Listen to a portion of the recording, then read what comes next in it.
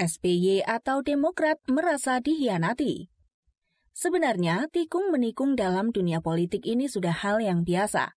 Misalnya dulu ketika SBY menjadi Menteri Megawati, SBY melakukan siasat yang akhirnya membawa ia ke kursi presiden. Aksi kelicikan atau khianat mengkhianati kalau diperhatikan dan amati, Megawati sangat tidak menyukai hal itu. Namun, beliau menyadari bahwa dalam dunia politik hal itu sulit dihindari. Tetapi, Bu Mega punya sikap waktu itu dengan cara tidak mau ketemu lagi dengan SBY. Barulah pada akhirnya di zaman Jokowi, Megawati dan SBY bisa bertemu lagi. Akan tetapi, apa yang sudah dilakukan SBY di masa lalu itu tidak akan pernah dilupakan. Dan itu adalah rekam jejak untuk analisa pada fase perpolitikan berikutnya. Apa yang menimpa Demokrat ini bukan karena dia dihianati, tetapi karena tidak punya bargaining yang tinggi di dalam koalisi perubahan itu. Nilai jual AHY tidak bisa mendongkrak, apalagi AHY disebut hanya mayor dan politisi karbitan, atau bahkan ada yang bilang anak ingusan. Penilaian itu bisa terjadi karena memang selama ini AHY yang diangkat jadi Ketua Umum Demokrat tidak bisa memberikan sebuah keputusan. Namun sebelum mengambil keputusan, maka harus di-backup oleh Peponya dulu. Artinya, semua tergantung pada Peponya. Jadi, seolah-olah fungsi sebagai Ketua Umum cuma pajangan saja.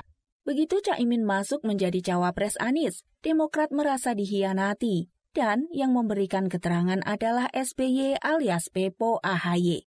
Padahal sebagai Ketua Umum Partai Demokrat, seharusnya AHY yang memberikan keterangan atau jumpa pers. Mungkin AHY masih malu ya? Jadi, masih terlihat bahwa AHY masih anak manja yang harus selalu dijaga baik-baik dan diarahkan kemana harus melangkah oleh Peponya. Karakter politik SBY sudah sangat jelas sekali bisa ditebak. Setelah AHY tidak terpilih, SBY tampil memberikan keterangan. Sebelum SBY berbicara, para pengamat sepertinya sudah tahu apa yang akan diucapkan SBY. Dan ternyata benar, isi dari keterangan SBY itu bukan saja menyebut kata musang berbulu domba, tetapi juga permainan playing victim, itu pun diarahkan ke istana. Bahkan menyebut kata Pak Lurah, yang tentu saja ini mengarah ke Jokowi.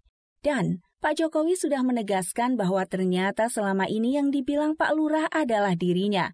Tetapi, saya tekankan bahwa saya bukan Pak Lurah. Saya adalah Presiden Republik Indonesia. Begitu kata Jokowi dengan sangat jelas terang benderang. SBY yang memberikan keterangan lalu mengatakan bahwa ada mastermind dari peristiwa tidak terpilihnya AHY menjadi wakil Anies. Sebenarnya mirip-mirip dengan gaya politik Sengkuni Amin Rais. Karena kalah dalam perpolitikan ini, lalu mencoba membalasnya dengan melemparkan tuduhan yang dia juga sepertinya tidak bisa membuktikannya.